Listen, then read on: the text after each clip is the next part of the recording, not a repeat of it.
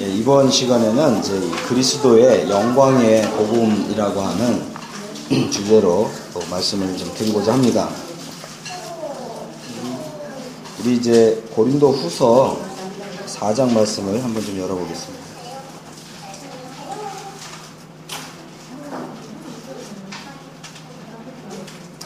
4장 3절부터 좀 보면 만일 우리 복음이 가리웠으면 망하는 자들에게 가리워진 것이라. 그 중에 이 세상 신이 믿지 아니하는 자들의 마음을 혼미하게 하여 그리스도의 영광의 복음의 강체가 비치지 못하게 함이니 그리스도는 하나님의 형상이니라. 네, 그렇습니다. 예, 사도 바울은 이제 우리의 복음이다 이제 이렇게 표현했고, 로마서에서는 하나님의 복음이다 이렇게 표현을 했습니다. 사도 바울이 받은 복음은 지금 고린도후서 4장 4절에서 언급한 것처럼 그것을 이제 그리스도의 영광의 복음이다 이렇게 부르고 있습니다. 그러면 과연 우리는 사도 바울이 말하고 있는 이제 그리스도의 영광의 복음이 무엇인가 하는 것을 좀 자세하게 알아볼 필요가 있습니다. 특별히 이제 그리스도의 영광의 복음을 언급하면서 사도 바울이 무슨 얘기를 했습니까? 이 세상 신이 믿지 않는 사람들의 마음을 혼미케 하여서 그리스도의 복음의 광채가 비치지 못하게 함이니라고 말씀하고 있습니다. 이 말은 다시 표현한다면 이 세상 신인 사탄이 그리스도의 영광의 복음에 무엇인지 우리의 이 눈을 가리우는 이런 역사를 한다고 하는 것입니다. 그래서 우리가 이 사도 바울이 주님께로부터 받은, 특별히 부활해서 영광 가운데 계신 예수 그리스도께로부터 받은 그리스도의 영광의 복음이 무엇인가 하는 것을 살펴보는 것은 굉장히 의미가 있습니다. 또 에베소서를 보면 에베소서에서는 사도 바울이 에베소서를 이제 시작하면서 이제 이런 얘기를 했습니다. 1장 17절에 보면 우리 주 예수 그리스도의 하나님 영광의 아버지께서 지혜와 계시의 영을 너희에게 주사 하나님을 알게 하시고 또 너희 마음의 눈을 밝히사 이렇게 언급하고 있습니다. 이 또한 이제 그리스도의 영광의 복음을 우리가 이해하는 데 있어서 지혜와 계시의 영이 필요하다고 하는 것입니다. 또 에베소서에서는 또 뭐라고 얘기했냐면 이것은 비밀이다 이렇게 얘기했습니다. 이것은 이전 세대에는 사람의 아들들에게 계시한 일이 없는 비밀에 속한 것이다 이렇게 언급하고 있습니다. 이 사도 바울이 주님께로부터 받은 복음은 이처럼 굉장히 사도 바울이 엄중한 이런 말로 이제 이 그리스도의 영광의 복음을 소개하고 있는 걸 보게 됩니다. 그래서 우리가 그리스도의 영광의 복음이 무엇인지 알아보는 것은 굉장히 큰 의미가 있다고 하겠습니다. 왜 그러냐면 우리가 그리스도의 영광의 복음을 제대로 안다면 우리는 지금과는 전혀 다른 삶을 살게 될 것입니다. 어쩌면 우리는 사도 바울처럼 주와 복음을 위해서 우리의 남은 삶을 다 드리는 이런 믿음으로 나아갈 수 있기 때문입니다. 이 영광스러운 구원으로 가는 길에 있어서 이제 진리의 네 기둥을 소개를 했습니다. 이제 거듭남, 죄사함, 영적 해방, 그리스도와의 연합. 바로 이제 이 영적 해방과 그리스도와의 연합이라고 하는 이 놀라운 그 진리를 통칭해서 그리스도의 영광의 복음이라고 이렇게 부릅니다. 우리가 한번 좀 생각을 해봐야 되는데요. 하나님께서는 이제 우리가 마태복음 28장에 보면 12 사도들에게 하나님 나라의 복음을 전파하도록 이제 지상대의 명령을 주셨습니다. 그래서 그러므로 너희는 가서 모든 족속으로 제자를 삼고 아버지와 아들과 성령의 이름으로 세례를 주고 내가 너희에게 분부한 모든 것을 가르쳐 지키게 하라. 그래서 이미 마태복음 28장에서 12 사도들에게 모든 민족에게로 가라 명령하신 거죠. 그리고 하나님 나라의 복음을 전하도록 하나님께 주님이 명령하셨습니다. 마태복음 28장은 이제 주님이 부활하신 이후에 그죠? 12 사도들에게 지상 대명령을 주셨는데 하나님께서는 사도 바울을 또 부르셨다는 거예요. 왜 주님은 사도 바울을 또 부르셨는가? 마태복음 28장에서 12 사도들에게 이 하나님 나라의 복은 모든 족속에게서 가라. 이방인들에게까지도 가라. 그래서 유대와 사마리아와 땅끝까지 이르러서 너희는 나의 증인이 되라. 이렇게 파송하는 지상 대명령을 말씀하셨는데 그 후에 사도 바울을 또 불렀어요. 왜? 똑같은 걸 전하라고요? 아니라는 거죠. 바울에게는 특별히 그리스도의 영광의 복음을 전하도록 하셨다고 하는 것입니다. 우리는 대개 복음이라고 하면 하나님 나라의 복음만을 생각합니다. 바울이 받은 그리스도 영광의 복음을 하나님 나라의 복음하고 같은 것으로 이렇게 생각하는 경향이 많습니다. 그렇기 때문에 사실은 그리스도 영광의 복음이 무엇인지 모른 채 우리의 신앙에서는 가려져 있다. 그래서 영광스러운 구원으로 나아갈 수가 없다고 하는 것이죠. 하지만 하나님께서는 이제 우리에게 더 큰 구원, 더욱 영광스러운 구원을 주시고자 사도 바울을 부르셨다고 하는 것입니다. 바울은 영적 해방과 그리스도의 연합의 진리를 전하도록 부르심을 받았습니다. 이제 우리가 이제 이 사도 바울의 부르심을 보면 12사도와는 다르게 부르신 것을 보게 됩니다. 갈라디아서 1장 1절에 보면 사람들에게 난 것도 아니고 사람으로 말미암은 것도 아니고 오직 예수 그리스도와 및 죽은 자 가운데서 그리스도를 살리신 하나님 아버지로 말미암아 사도된 바울은 이렇게 얘기하고 있습니다. 바울이 자신의 부르심, 소명을 이야기할 때 항상 예수 그리스도의 부활과 연결시키는 것을 보게 되죠. 우리가 거듭남과 죄사함을 얘기할 때 우리의 이 신앙에는 예수님의 죽으심에 대한 신앙이 자리 잡고 있습니다. 그래서 우리가 우리 주님을 하나님을 예배할 때 주로 예수님이 나의 죄를 위해서 죽으신 것에 대해서 많이 묵상하고 많이 감사하고 많이 예배 드리죠. 부활에 대해서는 어떤가요? 과연 부활도 우리의 예배의 감사 제목이 나의 이 신앙 안에 자리 잡고 있느냐는 것입니다. 대부분이 없습니다. 그래서 어떤 분은 이래요. 우리가 드리는 예배는 마치 이 장례식장에서 그죠? 장례식장에서 이렇게 눈물을 이렇게 막 쏟아내면서 이렇게 예배 드릴 때 신령한 예배를 드리는 거다. 이렇게 얘기하는 분들이 굉장히 많이 있습니다. 그러니까 그런 분들에게는 예수 그리스도의 부활로 인한 승리의 상 이런 게 없다는 거죠. 우리 세포항교회 예배는 어떤가요? 부활을 네.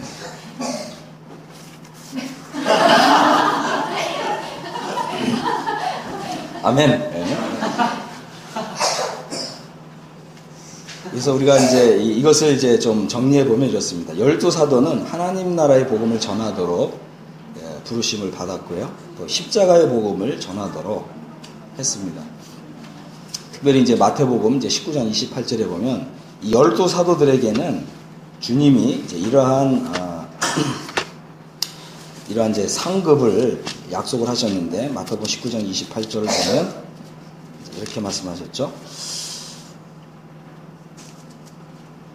예수께서 이르시되 내가 진실로 너에게 이르노니 세상이 새롭게 되어 인자가 자기 영광의 보좌에 앉을 때 나를 따르는 너희도 12보좌에 앉아 이스라엘 12지파를 심판하리라.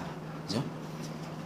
사도 바울은 이제 이 12사도들의 이 그룹과는 달리 주님이 부르셨습니다. 바로 그리스도와의 연합의 복음을 전하도록 하셨고요. 또 이것을 영광의 복음이라고 이렇게 부르고 있습니다. 네, 로마서 8장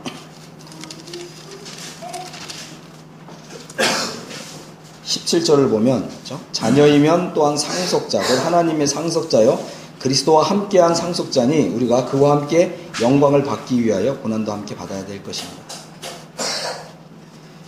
그래서 이제 우리 앞에 영광스러운 구원을 제시하고 있습니다. 또 디모데후서 2장 12절에서는 그 영원한 영광과 함께 얻는 구원에 대해서 소개를 하고 있습니다. 바울의 복음에 이제 시작점이 있습니다. 이것은 바로 십자가의 도라고 하는 것입니다. 십자가의 도, 이것은 우리가 이제 십자가의 연합하라고 하는 것입니다. 우리가 이제 복음서에서 살펴보는 것은 이제 누구든지 나를 따르려거든 그렇죠? 자기를 부인하고 자기 십자가를 지고 나를 쫓을 것이니라. 언제까지? 내가 이제 주님이 말씀하시는 것은 내가 사도 바울을 보낼 때까지. 그래서 이 제자들은 그죠? 죄사함과 거듭남을 받은 사람으로서 제자의 삶을 살면서 자기 십자가를 지고 가는 거예요. 근데 왜 자기 십자가를 지고 갑니까? 그죠? 주님이 십자가를 지고 해골산으로 올라가셨죠? 예수님은 왜 십자가를 지고 해골산으로 올라가셨을까요? 자신이 십자가에 못 박히기 위해서. 제자들에게 주님 말씀하셨죠? 누구든지 나를 따르거든 자기 십자가를 지고 나를 쫓아라. 언제까지요? 바로 바울을 보내서 십자가의 도를 전할 때까지. 바울에게 올 때 자신이 지금까지 지고 왔던 그 십자가에서 못 박혀서 죽는 것으로 끝나는 거예요. 그 다음에 부활이 나온다는 것입니다. 아시겠습니까? 그래서 고린도전서에서는 사도 바울이 이제 십자가의 도라고 그랬습니다. 십자가의 도가 멸망하는 자들에게는 미련한 것이지만 구원을 얻는 우리에게는 이제 하나님의 능력이다 그랬습니다. 십자가의 도는 하나님의 능력입니다. 우리가 십자가의 도를 믿음으로 받아들이게 될 때 이제 우리에게서는 하나님의 능력이 나온다는 거예요. 그 전까지는 어떻게 했습니까? 우리가 최선을 다해서, 그죠? 자기를 부인하고 주님을 쫓는 제자의 삶을 살았는데 자기 힘으로 열심히 자기의 능력으로 열심히 자신의 받은 은사를 따라서 최선을 다해서 살았는데 결국은 로마서 7장 상태에 떨어진다고 하는 것입니다. 마음으로는 하나님의 법을 즐거워하지만 실제로는 늘 죄의 법 아래로 사로잡혀서 능력이 나오지 않는, 그래서 어떻게 해요? 오라 나는 공고한 사람입니다. 이런 탄식을 자아내는 상태에 떨어진다고 하는 것입니다. 우리가 이 십자가의 도를 받아들일 때 비로소 거기에서 나는 죽고 그리스도로 사는 삶이 나오는 것입니다. 이것이 바로 12사도들과 사도 바울이 받은 소명과 또 메시지의 차이라고 하는 것입니다. 바울의 복음의 시작점에 바로 십자가가 있습니다. 에베소서 2장 16절에서는 십자가로 원수된 것을 소멸하는 놀라운 능력이 있다는 것을 소개하고 있습니다. 우리는 거듭났고 죄사함 받고 구원받았지만 여전히 우리 속에 육신이 있기 때문에, 그죠? 육신이 있는 두 사람은 결코 협력과 동력을 할 수 없죠. 왜 그렇다고요? 육신 때문에. 그래서 우리의 이 원수된 것이 십자가로 소멸될 때 뭐예요? 내가 그리스도와 함께 십자가의 복각을 죽는 이 믿음으로 갈 때, 나는 죽고 그리스도로 살 때 어떻게 해요? 이 두 사람이 한 몸을 이루게 되는 거예요. 거기서 비로소 진정한 동력이 이루어진다고 합니다. 바울의 복음은 이제 십자가의 도입니다. 그래서 우리가 이제 이 십자가의 도를 보면 크게 두 가지가 있는 것입니다. 죄사함, 영적 해방. 그죠? 그래서 우리가 예수님이 십자가에 못 박히셨는데 우리가 이제 지은 이 죄들의 문제를 가지고 예수님을 바라보면 십자가에는 누가 못 박혀 있습니까? 예수님이 나를 대신해서 못 박힌 게 보이는 거죠. 하지만 우리가 이제 죄사함을 이미 받은 자로서 성화의 삶을 살아가려고 할 때 늘 우리를 괴롭히는 것은 뭐냐면 내 속에서 역사하고 있는 죄예요, 죄. 이게 이제 신입니다, 신. 그래서 우리는 뭐예요? 우리는 이제 죄사함을 받은 사람으로서 성화의 삶을 살아가려고 추구하는데 그 깨끗한 마음으로 하나님의 이름을 부르고 주의 이름을 부르고 거룩한 삶을 살아가려고 하는데 또다시 죄에 지는, 그래서 또다시 죄의 열매를 맺는 이런 것을 경험하게 됩니다. 그러니까 우리가 다시 또 이 죄들이 나왔을 때 어떻게 됩니까? 그러면은 그렇지, 이 죄도 예수님의 피로 영원히 속죄됐지. 그러고서 또 마음에 평안을 얻고 넘어갑니다. 그리고 또 신앙생활 하다 보니까 또 죄의 또 열매가 또 맺히잖아요. 그래서 그러면 또 이 죄도 예수님의 피로 속죄됐지. 그리고 감사하고 또 넘어가는데 또 죄를 져요. 그때 우리는 어떻게 해요? 우리 생각에서 이상하다. 나는 죄를 짓고 싶지 않은데 왜 계속해서 반복해서 죄를 짓고 죄의 법에 사로잡히는 것일까? 그죠? 이제 관점이 바뀌어요. 내 속에 나를 죄를 짓게끔 나를 이끌어가고 있는 법이 하나 작동하고 있구나. 이 죄의 법입니다. 내 속에 죄가 나를 지금 주관하고 있구나. 그죠?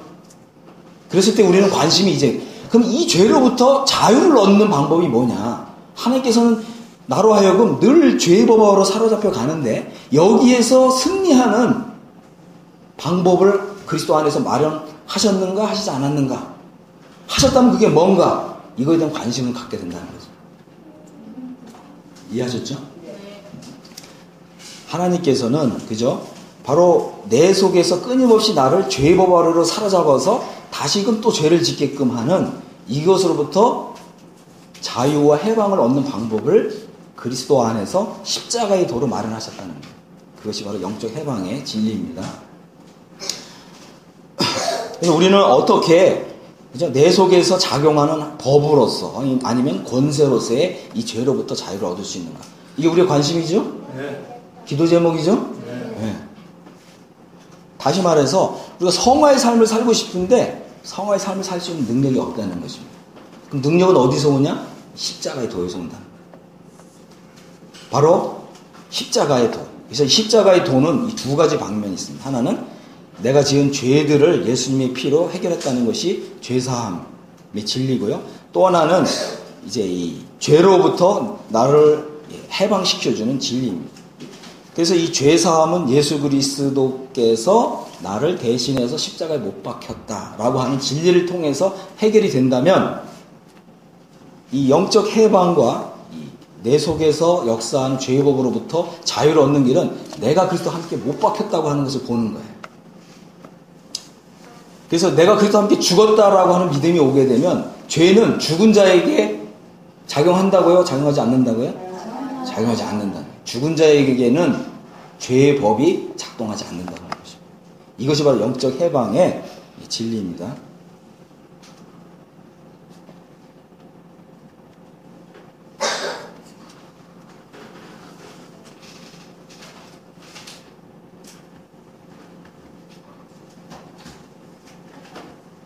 그래서 이제 이 사도 바울이 받은 복음을, 그죠? 그리스도의 영광의 복음이라고도 하지만 또 하나님의 복음이라고도 부르는데, 바로 이제 이 사도 바울이 받은 복음의 기본적인 구조, 또 기본적인 원리가 소개되어 있는 책이 로마서입니다.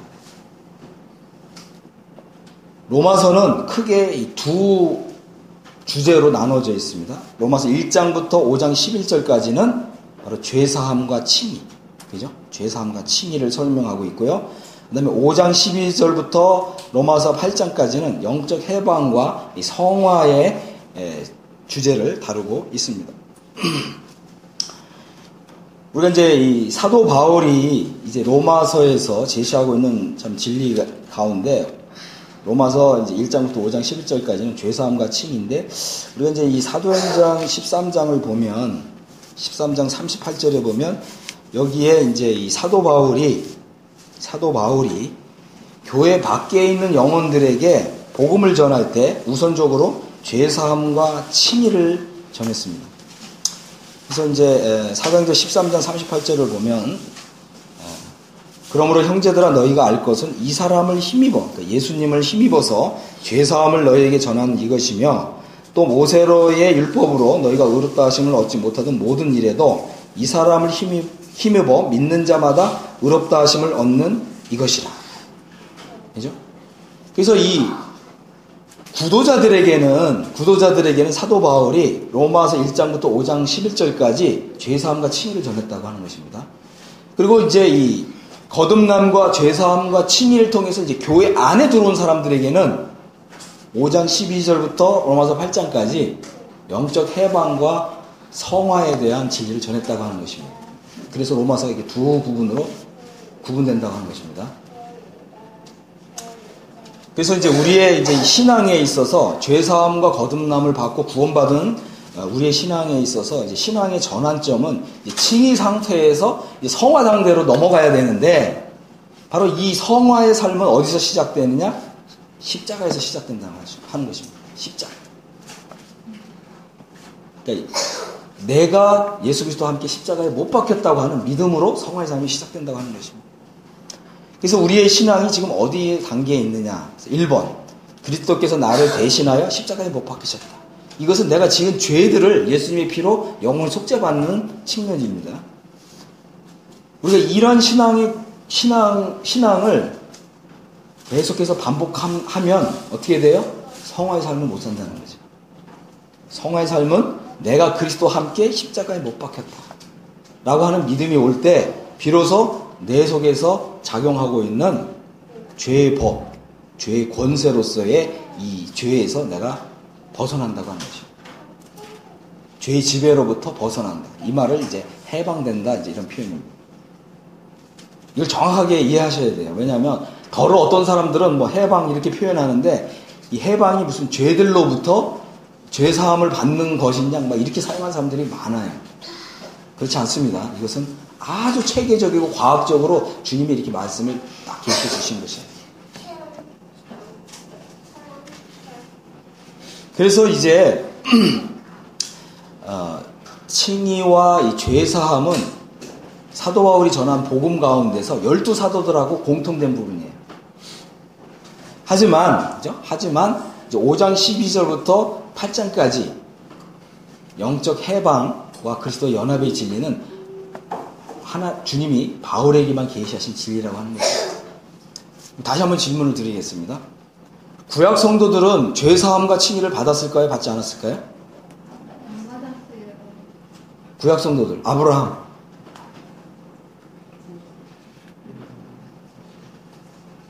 구약 성도는 죄사함과 칭의를 받았습니다. 그 다음에 아브라함은 영적 해방을 받았을까요? 받지 않았을까요? 안 받았어요. 그래서 여러분이 이제 우리가 이제 그 시편을 읽어보면 시편은 전부 그죠? 시편은 전부 죄사함과 믿음으로 의롭다 하심을 받은 사람들이 성화의 삶을 살고자 하지만 살지 못하기 때문에 오는 고뇌를 담은 성경이 시편이에요. 그래서 거기에서는 시편에서는 심지어 어떻게 돼요? 나를 반대하는 사람들이 병에 걸리고 죽고 막 이런 것도 기도하죠. 그러면 안 돼요.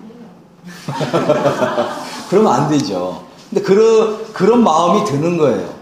우리도 마찬가지예요. 오늘날 우리도 구원받았지만 그런 마음이 들어요, 안 들어요?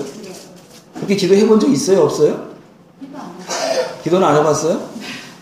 뭐 정식적으로 기도는 안 해봤지만 비정식적으로 그런 바람을 가진 적은 있죠. 한 번쯤은 비슷했어요. 그러니까요. 그게 다 시편의 기록이에요. 시편은 기록된 거고 우리는 마음에 한번 품은 거죠. 이해하셨습니까? 네. 왜 그렇다고요? 내가 그리스도와 함께 죽었다고 하는 믿음이 없기 때문에 자연스럽게 육신적인 발로에 의해서 그런 기도와 그런 소망과 그런 바람을 나의 마음에서 품는다고 하는 것입니다. 영적 해방이 이루어지지 않는 모든 사람이 다 일어납니다. 이해하셨어요? 네. 왜 교회 안에서 형제 자매들이 다투고 싸웁니까? 우리는 안 받았어요. 왜 우리 우리 형제님들이 처음에는 그죠? 서로 동력하고 협력 잘하다가 조금 뭔가 잘 되는 것 같으면 둘이 다투고 왜 싸우죠? 내가 따라요. 그죠? 내가 살아있어서 그런 거예요. 생각보다 그래서 그게 바로 이제 육신적인 그리스도인의 모습이 나타나는 이유는 십자가의 도가 이루어지지 않았기 때문에 그렇습니다. 이 그리스도의 이제 영광의 복음에 대해서 이제 다시 한번 좀 소개를 해드리겠습니다. 그리스도 영광의 복음은 그죠? 영광스러운 복음이라는 거예요. 그리스도의 영광스러운 복음. 그래서 우리가 이 죄사함과 거듭남만 알고 있으면 그리스도의 복음이 영광스럽다. 이거를 현재 우리가 맛보고 체험하고 누린다고요? 그렇지 못한다고요? 우리가 그죠? 죄사함과 거듭남만 알고 있으면 이 그리스도의 복음이 영광스러운 복음이다라고 하는 걸 체험하지 못한다는 거예요. 맞습니까? 네. 뭐 우리가 질문해보면 이렇게 해볼 수가 있죠. 구원 받았습니까? 아, 네, 구원 받았습니다. 그럼 당신의 구원은 영광스러운가요? 네. 많은 분들이 처음에는 네 그렇게 대답하는데 가만히 생각해보면 어떻게 되죠? 아, 내가 구원받은 내가 왜 지금 요렇게밖에 못 살지? 그죠? 조금만 생각해보면 그죠? 오늘 아침에도 나오면서 뭐 아내하고 다투고 남편하고 다투고 그죠? 네. 그래서 우리가 당신의 받은 구원이 영광스러운가 이렇게 질문하면 영광스럽지가 않죠. 그죠? 이거 왜 그러냐는 거죠. 우리가 이제 이 그리스도의 영광의 복음을 잘 이해하고 있지 못하기 때문에 그렇습니다. 그래서 이제 그리스도의 영광의 복음이 무엇인지 좀 소개해드리겠습니다. 우선 이제 이 그리스도의 영광의 복음이라고 했는데 사도 바울은 이제 이것을 하나님의 은혜의 복음이다 이렇게 표현했습니다. 그래서 이 나의 달려갈 길과 주 예수께 받은 사명 곧 하나님의 은혜의 복음 증거하는 일을 마치려 하면은 나의 생명을 조금도 귀한 것으로 여기지 아니하노라. 그렇습니다. 이 그리스도의 영광스러운 복음을 우리가 제대로 이해하고 있고, 그리고 이것을 하나님의 이 은혜의 복음을 제대로 이해하고 있다면 이 복음을 전하는 일에 나의 생명을 조금도 귀한 것으로 여기지 않고 그와 복음을 위해서 헌신할 수 있다고 하는 것입니다. 이렇게 이런 헌신이 안 되는 이유는, 그죠? 우리가 이 그리스도의 영광의 복음을 전체를 충분하게 맛보고 있지 않기 때문에 그렇다고 하는 것입니다. 또 이제 그리스도의 영광의 복음, 이거의 다른 이름의 두 번째는 예수 그리스도의 계시로 받은 복음이다, 이제 이렇게 표현했습니다.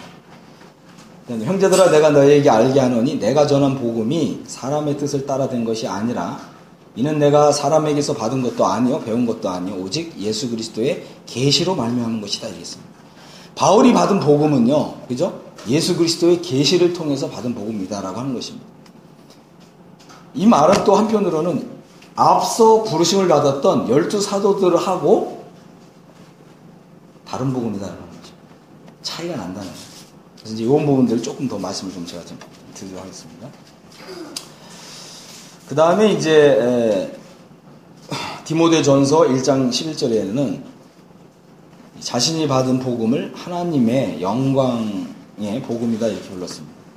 그래서 이 찬송을 받으실 하나님의 영광스러운 복음이다. 그리고 이 복음이 나에게 맡겨졌다, 이렇게 말하고 있는 것입니다.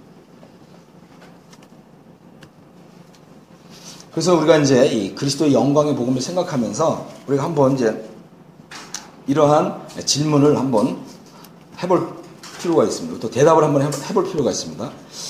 오늘날 그리스도는 어디에 계시는가? 그죠? 오늘 그리스도는 어디에 계시는가? 마음속에 있다. 그죠?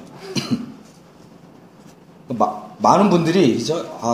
나는 예수 그리스도를 믿고 있습니다, 이제 이렇게 얘기하죠. 우리 질문해야 돼요. 그럼 당신은 어떤 그리스도를 믿고 있느냐? 그죠? 많은 분들이, 예수님은, 그죠? 유대 땅에서 많은 이 가난한 사람들을 도우시고, 심지어는 오병이어의 기적을 통해서 배고픈 사람들을 먹이신, 난 이런 예수 그리스도를 믿고 있다, 이런 분들이 있습니다. 그죠? 처음 들어보시나요? 그리고 또 어떤 사람은, 나는 십자가 위에 달리신 예수 그리스도를 믿고 있다. 그죠? 어떤 사람은 무덤 속에 묻혀있는 예수 그리스도를 믿고 있다. 예수 그리스도는 부활한 적이 없다, 이렇게 믿고 있는 사람도 있습니다. 예수 그리스도는 오늘날 어디에 계십니까? 하늘에 하나님 보좌 우편에 앉아 계시다고 하는 것입니다. 여러분들 이제 이거 좀 잘 실감이 안 날 수 있는데, 우리 형제님들 예를 들어서 우리가 이제 그 주일날 예배 드릴 때 주로 어떤 주제로 감사를 하죠? 대부분이 1번, 2번, 3번. 맞나요? 하늘의 영광 가운데 계신 예수 그리스도. 그래서 이 부활의 의미가, 예수님의 십자가의 죽으심의 의미가 나의 믿음의 자리를 잡고 있고, 또 예수님의 부활하셔서 영광 가운데 들어가시고 하나님 보좌 우편에 앉아 계신, 이것이 내 신앙의 한 자리를 잡고 있고, 그죠? 네, 대부분 많은 분들이 예수님이 십자가에서 나의 죄를 위해서 죽으셨다, 이것이 우리 신앙의 전부인 분들이 의외로 많이 있다고 하는 것입니다. 오늘날 예수 그리스도는 하늘에 계세요. 영광을 받으셨고 하나님의 영광의 보좌에 앉아 계시다고 하는 것입니다. 이것이 이제 우리에게 어떤 의미를 주느냐, 이걸 좀 설명을 드릴게요. 이제 히브리서 1장 3절에 보면 예수 그리스도는 하나님의 영광의 광채이신 분이고 그 본체의 형상이신 분이십니다. 그리고 바로 그리스도, 그분의 능력의 말씀으로 만물을 붙드시고 죄를 정결케 하는 일을 하시고 높은 곳에 계신 지극히 크신 이의 우편에 앉아 계십니다. 죄를 정결케 하는 일을 하셨고 지극히 높은, 그죠? 위엄의 보좌에 앉으셨다, 이렇게 됐어요. 그래서 우리가 이제 예수 그리스도를 예배하려면 우리는 어디를 바라봐야 됩니까? 땅, 아니면 무덤, 지하, 하늘. 우리는 고개를 들어서, 그죠? 하늘에 영광 가운데 앉아계신 예수 그리스도를 바라볼 때 거기에서 우리는 예수 그리스도를 발견합니다. 그래서 오늘날 우리는 우리가 그리스도를 보고자 한다면 어디를 보아야 하는가, 그죠? 하늘을 바라봐야 되고 하늘의 지극히 높은 보좌를 바라봐야 됩니다. 그럴 때 우리가 이제 고린도후서 3장 18절에 우리가 다 수건을 벗은 얼굴로 거울을 보는 것 같이 주의 영광을 보매 그와 같은 형상으로 변화하여 영광에서 영광에 이르니 곧 주의 영으로 말미암음이니라. 주와 같은 영광스러운 형상으로 점점 변화됩니다. 그래서 영광에서 영광으로 이르게 돼요. 왜 그러냐? 그것은 예수 그리스도께서 이제 영광을 얻으시는 일에 우리의 선두주자이시기 때문이에요. 다시 말씀드리겠습니다. 영광을 얻는 일에 예수 그리스도가 나의 선두주자이시기 때문에 우리가 영광 가운데 계신 주님을 바라보면 우리가 점차적으로 이것을 묵상하게 되면 우리가 영광으로 화하고 변화된다는 것입니다. 우리가 이 영광스러운 존재로 변화되는 길은 주의 영광을 바라보는 것 외에는 없습니다. 만일 우리가 그죠? 십자가에 못 박히신 채로 계신 예수 그리스도만을 묵상하거나 그분만을 바라본다면 우리는 결코 영광스러운 존재로 변화될 수가 없다고 하는 것입니다. 우리는 우리의 신앙이 그죠? 죄사함 아니면 거듭남 여기에만 머물게 되면 영광의 보좌를 바라보기보다는 예수님이 십자가에 못 박히신 주님 아니면 무덤에 묻혀 계신 주님 이것이 내가 가지고 있는 신앙의 전부로 이렇게 차례를 차지하고 있는 경우가 많다고 하는 것이죠. 우리가 늘 패배하는 삶을 사는 이유는 그죠? 그리스도의 영광의 복음을 알지 못하기 때문에 그렇습니다. 그리스도께서 이제 십자가에서 죄인을 향한 완전한 사랑을 베푸셨고요.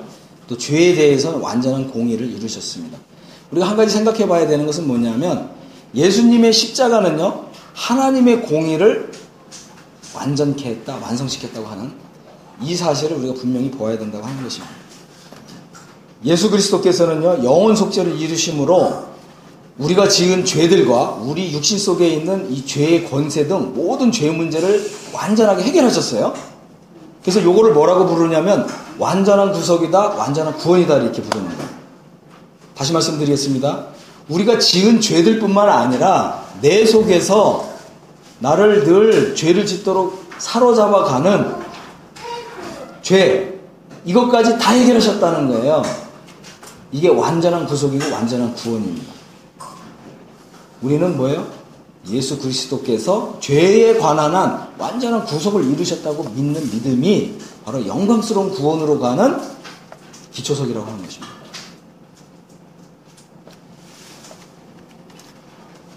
예수 그리스도께서는요, 이 죄와 폐허의 자리에서 이제 하나님을 영화롭게 했습니다.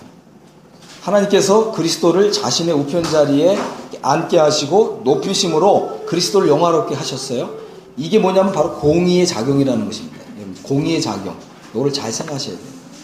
예수 그리스도께서는 십자가에서 하나님의 공의를 완성하셨고 하나님을 영광스럽게 해드렸습니다.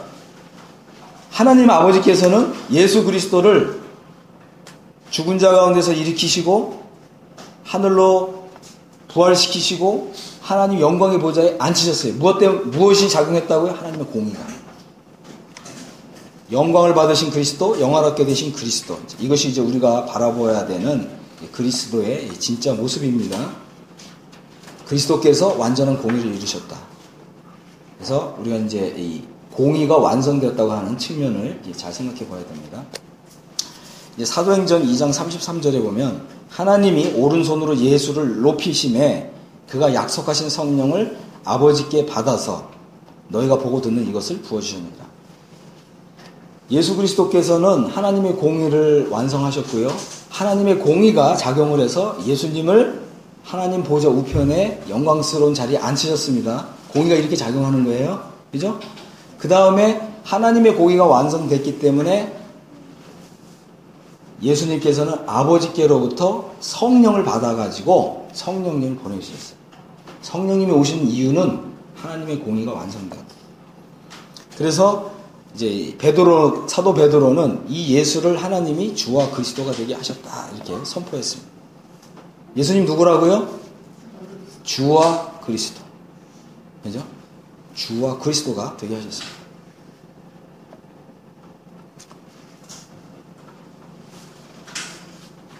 하나님의 공의가 완성이 되었고요. 또 하나님의 공의가 예수님을 영화롭게 하나님 보좌 영광의 우편에 앉히셨고요. 하나님의 공의가 이제 아버지께로부터 성령을 받아서 이제 믿는 사람에게, 이 그리스도의 영광의 복음을 믿는 사람에게 성령을 보내주십니다. 그래서 이제 로마서 8장에서는 그죠?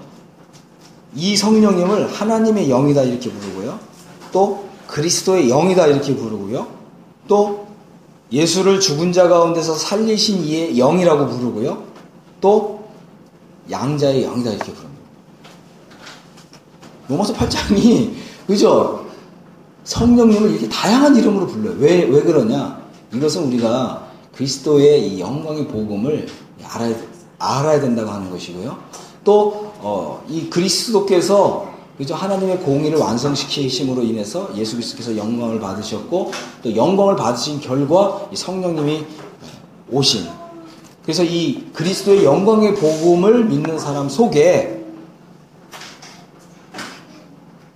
바로 이제 이 그리스도의 영, 양자의 영, 그죠? 또 예수 그리스도를 죽은 자 가운데서 살리신 이의 영이 이제 거하도록 하셨다고 하는 것입니다. 그래서 로마서 8장에서는 이게 단순히 믿는 사람 속에 그냥 성령님이 거하신다 이렇게 표현 안 하고 특별히 예수 그리스도의 부활과 연관해서 그죠? 부활과 능력의 영으로서 이제 이 그리스도의 영광의 복음을 믿는 사람 속에 이제 이 내주하시는 바로 성령님이 어떠한 분이시냐라고 하는 것을 소개하고 있습니다. 다시 말씀을 드릴게요. 그리스도의 영을 받은 사람은 어떤 삶을 산다고요? 어려운가요? 그리스도의 삶을 산다는 것입니다. 왜 그렇다고요? 그리스도의 영이 임했기 때문에. 다시 한번 여쭤볼게요. 양자의 영은 아들의 영이라는 표현입니다. 아들의 영. 아들의 영을 받은 사람은 어떤 삶을 산다고요? 아들의 삶을 산다. 그래서 이 로마서에서는 성령님을 이렇게 표현하고 있는 거예요. 우리가 그 과거에 그냥 성령님이 우리 안에 그냥 계셔라고 하는 이렇게 생각하는 믿음과 그죠? 이제 예수 그리스도께서 영광을 받으신 후에 그리스도의 영으로 내게 임하시고 양자의 영으로 임하시고 느낌이 같나요? 다른가요? 다르잖아요. 그죠? 그래서 이 로마서 8장은 뭐냐면 능력의 삶이 시작되는 장이다. 그죠? 로마서 7장은요. 영적으로 곤고하고 괴롭고 힘들고 갈등하고 고민하는 장이에요. 거기에서 벗어나는 길, 그것은 바로 그리스도의 영광의 복음을 아는 데 있다. 자, 그 다음에 이제 이 공의의 작용 가운데 하나가 뭐냐면 우리가 이제 이사야 성경에 보면 이사야 45장 8절에 보면 이런 놀라운 말씀이 있어요. 너 하늘이여 위에서부터 의로움을 비같이 내리게 할지어다. 궁창이여 의를 부어 내릴지어다. 땅이여 열려서 구원을 내고 의도 함께 움돋게 할지어다. 나 여호와가 이 일을 창조하셨느니라. 여기서 이제 이 의로움이라고 하는 단어는 여기 공이라는 단어예요. 하나님의 의라고 하는 단어입니다. 근데 이사야 성경에서 뭐라고 얘기했냐면 이 하나님의 의가 하늘로부터 비처럼 쏟아부어진대요.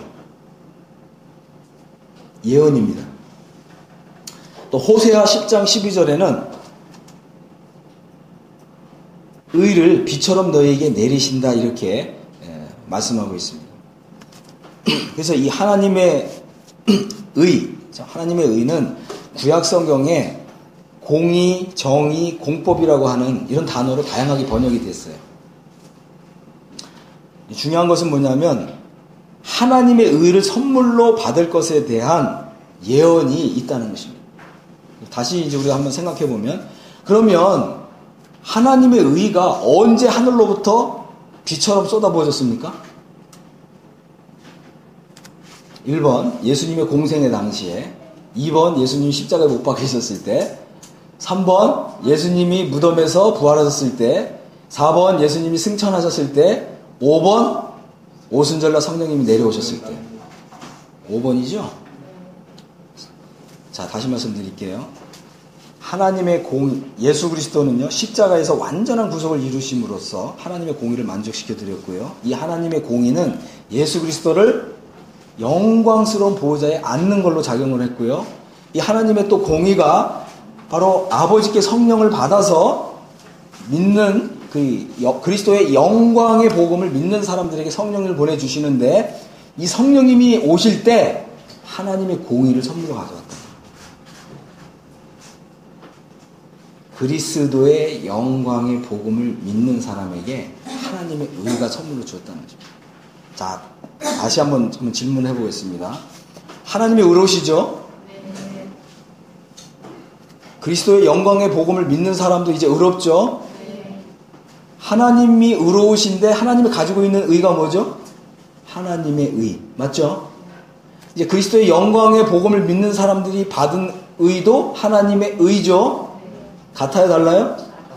같답니다. 다시 말할까요? 우리는 그리스도의 이 영광의 복음을 믿을 때 그리스도와 동급의 의를 얻는다 이 말이에요. 이해하셨습니까? 사도 바울이 빌립보서에서 이렇게 얘기합니다. 내가 가지고 있는 의는 율법의 행위에서 난 것이 아니고 하나님께로서 난 의다. 이렇게 얘기하죠.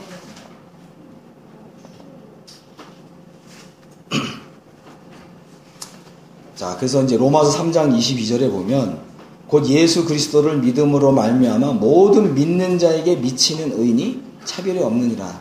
이렇게 얘기할 때 하나님의 이 공의가 예수 그리스도를 믿는 모든 사람에게 부어졌다, 쏟아 부어졌다, 임했다 이렇게 되어 있습니다. 우리가 가진 의는 하나님의 의와 동일한 의라고 하는 것입니다.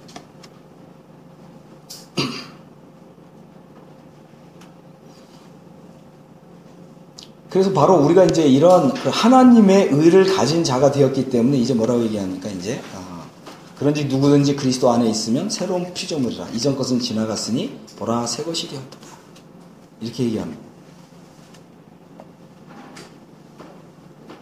에베소서 2장 10절에서는 그죠? 우리는 하나님이 새로이 만드신 존재다.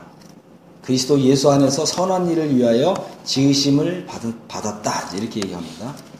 골로새 3장 10절에서는 새 사람을 입었으니 이는 자기를 창조하신 자의 형상을 쫓아 지식에까지 새롭게 하심을 받는 자다. 이렇게 했습니다. 바로 이것은 이제 그리스도의 영광스러운 복음이 가지고 있는 효력입니다.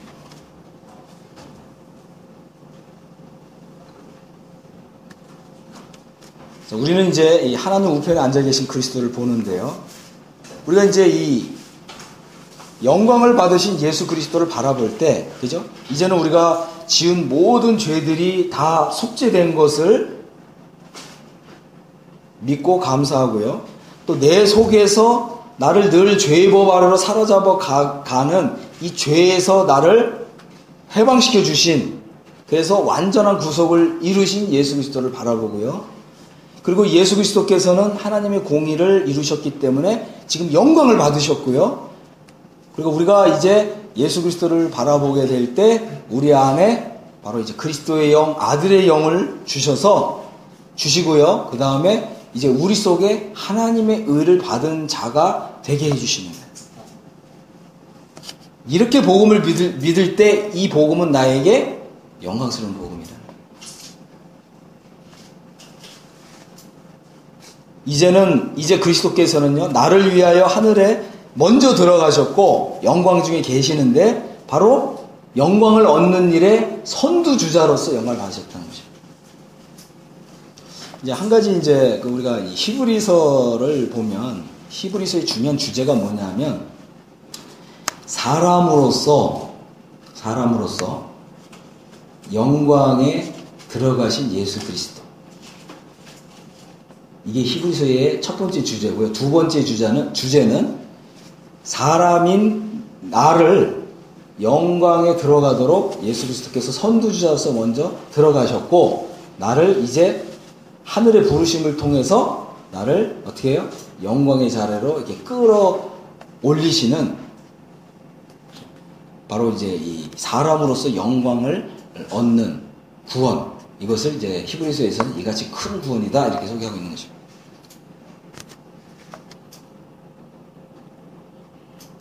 우리가 이제 로마서를 생각해보면 있잖아요. 로마서가 3장에서 어떻게 시작합니까? 모든 사람이 죄를 범하였음에 하나님의 영광에 이르지 못하더니. 맞죠? 그런데 이제 예수 그리스도 안에 있는 구속으로 말미암아서 우리로 하여금 하나님의 영광을 바라고 즐거운 자가 되게 해줬다는 거죠. 바로 이것이 이제 그리스도의 영광의 복음에 가지고 있는 효력입니다. 다시 말씀을 드릴게요. 로마서는 하나님의 영광을 두 방면으로 얘기합니다. 죄인들에게는 하나님의 공의로운 진노가 쏟아 부어지는 거예요. 무엇이요? 하나님의 영광이.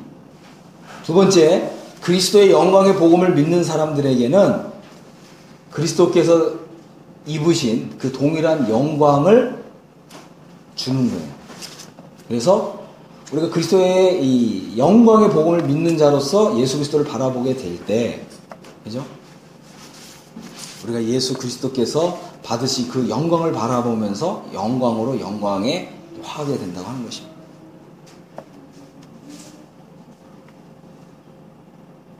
이 사도 바울이 받은 이 복음은 참 이처럼 영광스러운 복음입니다. 히브리서 6장 19절에는 이렇게 얘기했습니다. 이제 우리가 이 소망이 있는 것은 영혼에 다 같아서 튼튼하고 견고하여 휘장 안에 들어가나니, 여기에 말하고 있는 휘장은 하늘 성소 안에 있는 휘장을 얘기하죠. 그리로 앞서가신 예수께서 우리를 위하여 들어가셨느니라. 그죠? 영어식 표현은 선두주자로서 우리를 위하여 먼저 들어가셨다.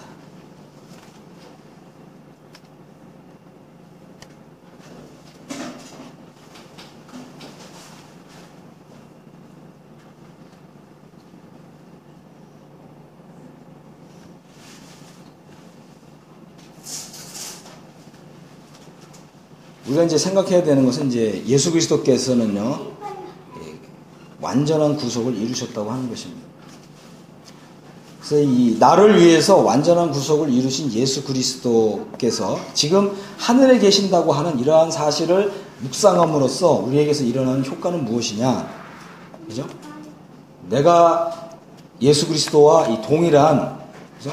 예수 그리스도와 동일한 형상으로 변화된다고 하는 것입니다. 영광을 바라보는 이러한 믿음은 이 땅에서부터 성화시키는 능력으로 이제 역사하기 시작한다고 하는 것입니다. 나는 이제 기쁨과 즐거움을 가지고 하나님의 영광을 바라볼 수 있고 하나님의 영광을 기뻐하고 즐거워하고요. 더욱이 예수 그리스도께서 들어가신 바로 그 하늘, 그리고 그 영광의 자리에 계신 주님과 같이 나도 변화될 것이라고 하는 이런 소망을 갖는다고 하는 것입니다. 그래서 우리가 흙에 속한 자의 형상을 입은 것 같이 하늘에 속한 자의 형상을 입게 될 것입니다.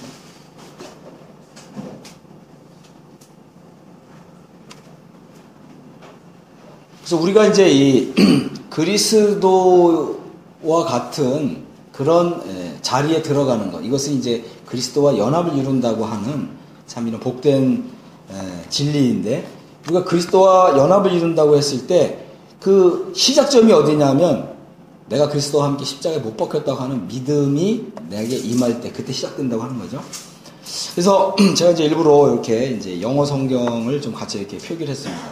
사도 바울이 갈라디아서 2장 20절에서 내가 그리스도와 함께 십자가에 못 박혔나니 그런즉 이제는 내가 산 것이 아니요 오직 내 안에 그리스도께서 사신 것이다. 이렇게 고백을 했습니다.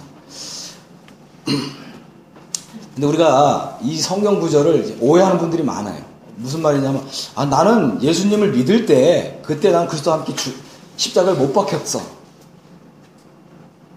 그리고 나는 그런 믿음 때문에, 그런 믿음을 가졌기 때문에 굉장히 그때 행복했고 기뻐했어. 근데 이제 문제는 이거죠. 근데 지금은 계속 죽었다고 생각했던 이 자아가 다시 살아나서 날 여전히 괴롭히고 있죠. 이런 거죠. 그죠? 근데 바울은요, 갈라디아서 2장 20절 그런 뜻으로 쓰지 않았어요. 잘 보세요. 영어식 표현을 보면 현재형이에요. 현재형. 내가 그리스도와 함께 십자가에 못 박혔다. 현재형. 맞죠? 이것은 사도 바울이 내가 처음 예수 그리스도를 믿을 때 그리스도와 함께 십자가에 못 박혔다. 그래서 이 과거형으로 말하는 게 아니라 항상 현재형으로 말하는 거예요. 그래서 이 말은 뭐냐면 바울이 있잖아요. 나는 날마다 죽노라. 그죠?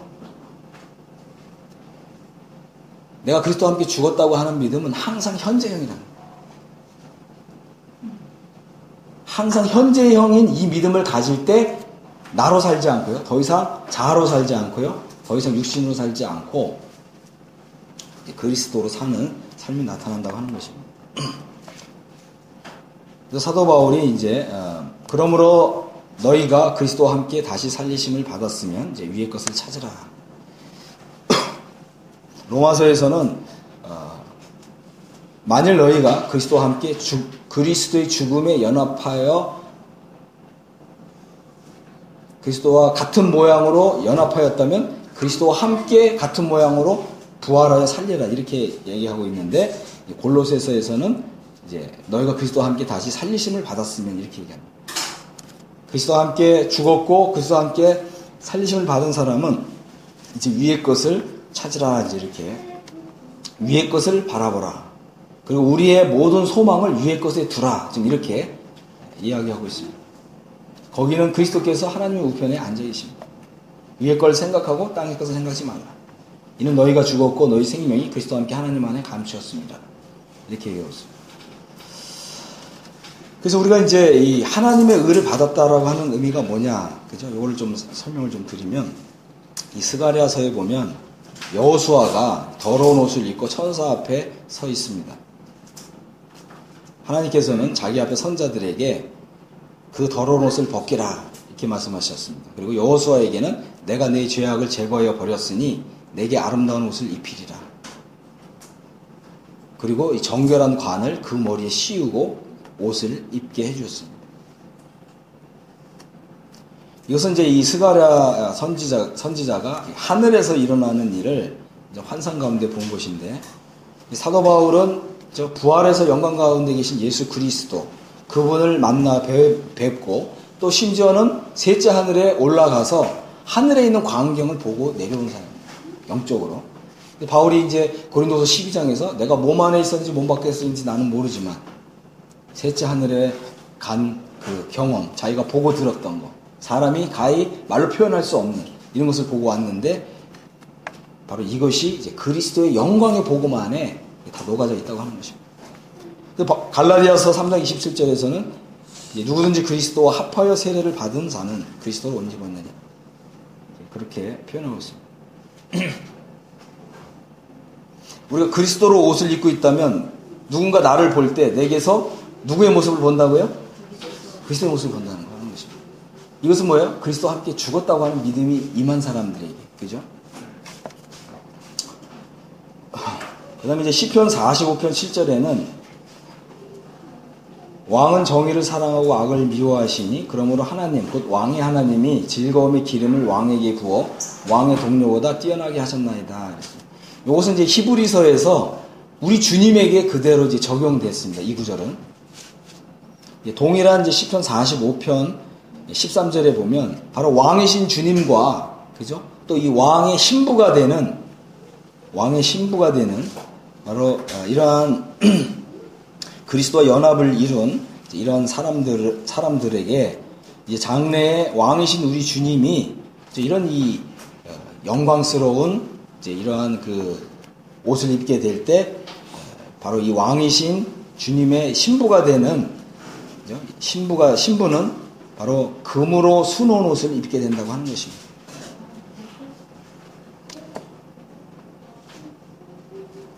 그래서 하나님께서는 이제 우리에게 그리스도의 영광의 복음을 주셨고요. 또 하나님의 우편에 영광 중에 계신 예수 그리스도를 바라보게 되고요. 그럴 때 바로 이제 하나님의 이 공의가 나에게 성령님을 통해서 하나님의 공의가 주어지게 되고요.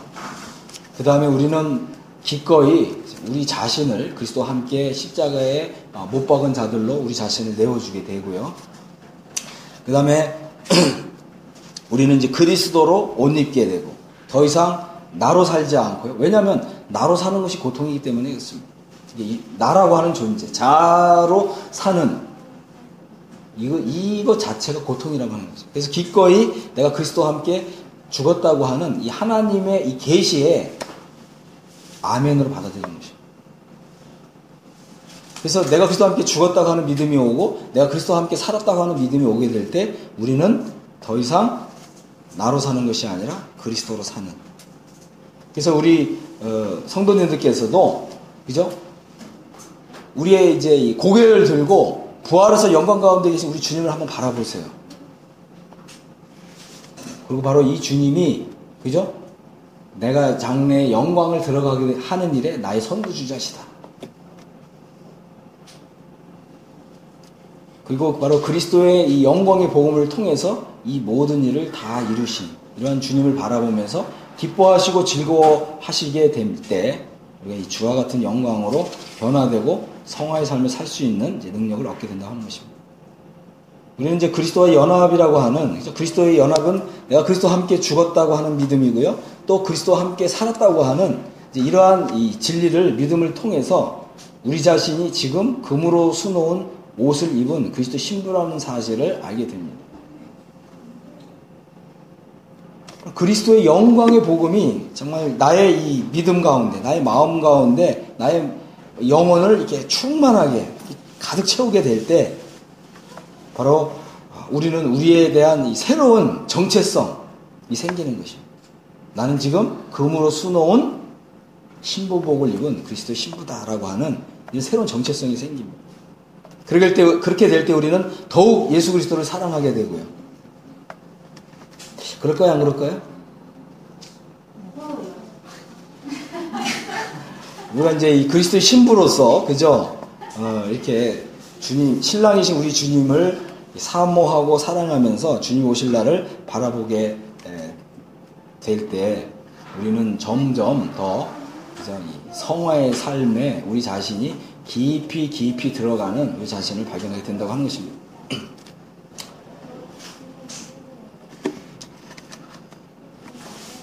그래서 우리가 그리스도께서 영광을 받으시고 하나님 보좌 우편에 앉아 계시고 장래에 자신의 신부를 데리러 오실, 그리고 자신의 신부를 이 영광 속으로 이렇게 끌어올려 주실 이런 주님을 이렇게 바라보게 되면 참 우리 마음이 기쁘고 또 우리 마음이 행복하고 우리 마음이 정말 감격에 겨운 이러한 이제 신앙생활을 하게 될 것입니다. 그렇게 되기를 간절히 바랍니다. 우리 이제 좀 잠깐 또 10분 쉬었다가 이제 시작하도록 하겠습니다.